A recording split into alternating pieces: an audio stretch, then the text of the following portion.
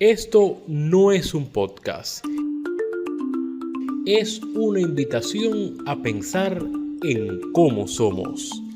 A Contracorriente, un espacio para mirar la cultura desde todas las aristas.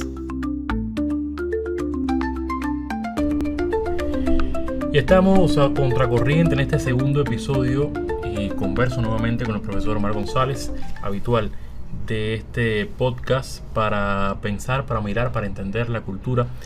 Y abrimos con una pregunta que nos va a tardar quizás horas en responder, pero que tenemos que sintetizar en apenas minutos para que la audiencia, no se malacostumbre a disfrutarnos por tanto tiempo. Vamos a hablar de la cultura. Y la pregunta es, ¿qué es la cultura? Hay un estudio, un diccionario muy referencial cuando uno va a buscar información sobre lo que es la cultura, sobre las nociones de cultura, que recoge y dice, yo creo que fue Bennett, un antropólogo estadounidense, o Taylor, no sé, dicen que hay 250 definiciones de cultura válidas y socialmente establecidas. 250 definiciones que tienen características diferentes. Es algo que ya le da a uno la idea. Uh-huh. Se dice que la cultura tiene más de 60.000 años, que surge desde que ya los primeros pobladores decidieron salir de la caverna y irse a caminar, a descubrir el mundo y al mismo tiempo reflejarlo. Ahora recientemente aparecieron las primeras pictografías, las más antiguas, que tienen decenas de miles de años, y siempre aparece una más antigua. Eso es la peculiaridad. Es decir, la cultura es algo asociada siempre al ser humano, ¿no? Y en los esfuerzos por definir qué es la cultura habría que remontarse a Aristóteles, a los griegos en sentido general, que son los que primeros hacen un esfuerzo por teorizar acerca de la cultura, por representarse conceptualmente la cultura, la paideia. Uh-huh. Y después ha evolucionado ese concepto, como es lógico, ha ido adquiriendo o adecuándose a la realidad, a los cambios que se han ido produciendo en el mundo y que tienen repercusión cultural y que son resultados también de la cultura. No son únicamente, no son hechos fortuitos. Pero esa profusión de nociones, de conceptos de la cultura, a veces se torna un poco una urdimbre, ¿no? Se torna un poco imprecisa.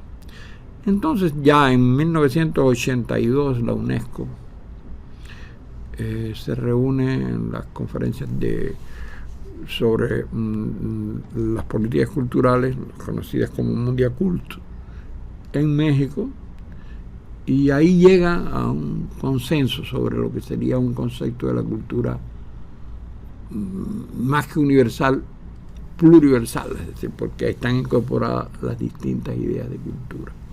Es un concepto que Cuba asume porque Cuba estaba en la conferencia y que asumen todos los Estados miembros de la UNESCO. Se llegó a él por consenso. Es una cosa, es el concepto de cultura que se alcanza de esa manera, ¿no? Con el que hay mayor coincidencia. Y ese concepto lo voy a leer porque para no omitir nada. Dice que la cultura es el conjunto de rasgos distintivos espirituales y materiales, intelectuales y afectivos que caracterizan una sociedad o un grupo social. Ello engloba, además de las artes y las letras, los modos de vida, los derechos fundamentales del ser humano, los sistemas de valores, las tradiciones y las creencias.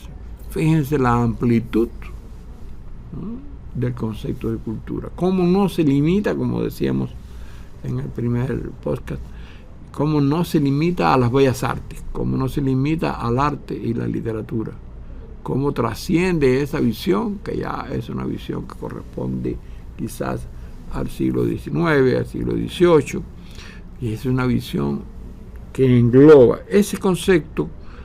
Ha sido también, ha ido adquiriendo otros matices. ¿Cuál es la repercusión de lo que en su momento se llamó nuevas tecnologías? De la tecnología de la información y las comunicaciones en la cultura. En casi ningún documento que uno estudia, en casi ningún libro que uno estudia, de los clásicos, o en ninguno, hay visión de que este fenómeno va a suceder, pero en muy pocos se puede incorporar algo que no ha sucedido de esa manera, como ha sucedido, como está sucediendo hoy en día, de tal amplitud. Es decir, la cultura, el concepto de cultura tiene que responder a eso. Ahora ese concepto tiene que adecuarse. Tiene que evolucionar. Y tiene que adecuarse nacionalmente. Uh-huh. En Cuba, la figura más importante que contribuyó a ese concepto de cultura es José Martí. Martí tiene esa visión inclusiva de lo que es la cultura y la ve también esa función liberadora, emancipadora. Ser culto es el único modo de ser libre, dice Martí. Pero Martí dice, por ejemplo, la madre del decoro, la savia de la libertad, el mantenimiento de la república y el remedio de sus males es, sobre todo lo demás, la propagación de la cultura. La cultura como ente salvador de la república. De la república. Está hablando en un contexto de las repúblicas americanas. Y dice Martí, la ignorancia mata a los pueblos. Y es preciso matar a la ignorancia. La cultura te lleva a la acción. Y si uno estudia nuestra América, es un ensayo fundamental de Martí de 1891. Esos ensayos de la última etapa de Martí son extraordinarios. Madre América. Uno ve cómo entiende Martí la cultura. Martí está hablando de nuestra América, está hablando del indio, del negro, del criollo, de las nuevas repúblicas, de la libertad, de las amenazas que tiene la independencia en América. Todavía Cuba no es independiente, ni Puerto Rico, o no ha adquirido la independencia. Sabemos lo que pasó con la primera intervención de Estados Unidos y después hasta 1959. Y él sienta pauta con ese ensayo de cómo ha de ser, por lo que él entiende por cultura. La universidad americana, es donde habla de los arcontes de Grecia y que nuestra universidad debe ser, nuestros arcontes deben ser nuestros propios arcontes. Ahí es donde habla de trincheras de ideas, ahí es donde valen más que trincheras de piedra, ahí es donde habla de crear la palabra de paz de esta generación. Es donde Martí va hablando siempre, viendo la cultura como algo vivo, vital, en permanente construcción, y como algo salvador, como algo liberador, como algo que va a hacer que toda traba, todo dogal, toda sujeción a la oscuridad, a la ignorancia, al atraso, desaparezca. Le confiere a la cultura una visión extraordinaria que no se puede encontrar, no es nada común y no se puede encontrar en otros pensadores de su tiempo, ni siquiera en Marx. Martí tiene una visión muy actualizada, muy propia, muy anticolonialista de lo que es la cultura. Si uno va por ese camino, va a llegar a los pensadores que tuvimos, en el caso de Cuba nada más para hablar, va a llegar a pensadores como puede ser Saint-Exupéry, como puede ser Lezama, como es Fidel. Fidel es otra columna fundamental del concepto de cultura en Cuba, siempre lo vio de esa manera. Hay un ensayo de Abel Prieto que habla de esa idea de Fidel, de la cultura emancipatoria y cómo y lo relaciona también con ese contexto a que estamos haciendo referencia. El Che habló tempranamente en 1959 de colonización cultural, allí en el Parque Central, en un encuentro que tuvo organizado por el Ministerio de Educación. Y ahí ese es un discurso del Che, improvisado, natural, tremendo. O Retamar, fundamental los textos de Retamar. Caliban es una cosa, es un libro, hay que tenerlo, hay que leerlo, hay que llevarlo consigo, en la almohada, ¿no? Como los varones de Juan de Castellano, hay que tener a ese libro como las armas que nos acompañan, porque son libros que marcaron hitos en la historia. Y por ese camino uno puede llegar también a otros autores, ya no cubanos. Bueno, Fernando Martínez, en el caso de Cuba.